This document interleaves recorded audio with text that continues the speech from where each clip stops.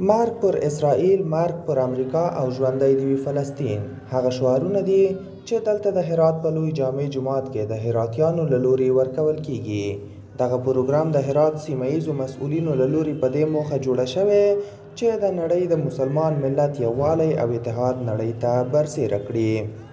د هرات ښار درانه او متدین ولسونه د هرات په مرکزي جامع جومات کې راټول شوي د دې دپاره چې په فلسطین او غزه کې د خپلو مسلمانو ورونو سره خپل وحدت او یوونو پیوستون ښکاره کړي.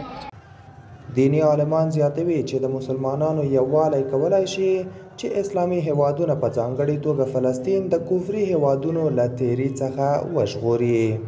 گرچه این اولین بار نیست، بارهای بار دشمن ظالم همچون اعمال ناشایسته را انجام داده هستند، ولی بعد از هر همچون جنایتی که دشمن انجام داده مسلمان ها دست هم شده و یک مش شده و یک قوت شده و با بسیار قوت انتقامی ضایعی که به اونها وارد شده اونها را از دشمن گرفته.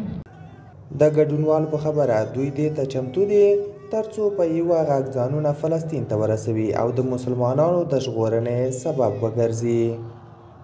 لاره برابره کړي، موږ کولی شو چې ځانونه فلسطین ته ورسوو. موږ دوی وروبلو چې موږ وړاندې غږ وکړي چې زموږ مشران موږ کولی شو چې ځانونه په استشهاد کې حساب کړو. موږ دې ته آماده یو چې ملاتړ د فلسطین وکړو. ټوله د ملت د افغانستان تنها موږ نه ګرد و آماده و آرزو و ارمان د شهادت لري، آرزو و ارمان د جهاد لري.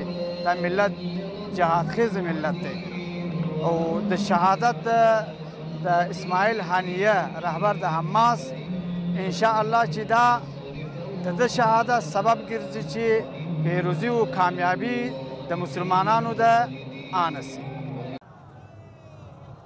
په ډله ډله خلک د هرات لوی جامع جومات ته په دې موخه ځي ترڅو د اسرائیلو د ظلم پر برابر د شعارونو په ورکولو خپل غږ نړیوالو ته ورسوي او روښانه کړي چې مسلمانان تل یو لاسي دي.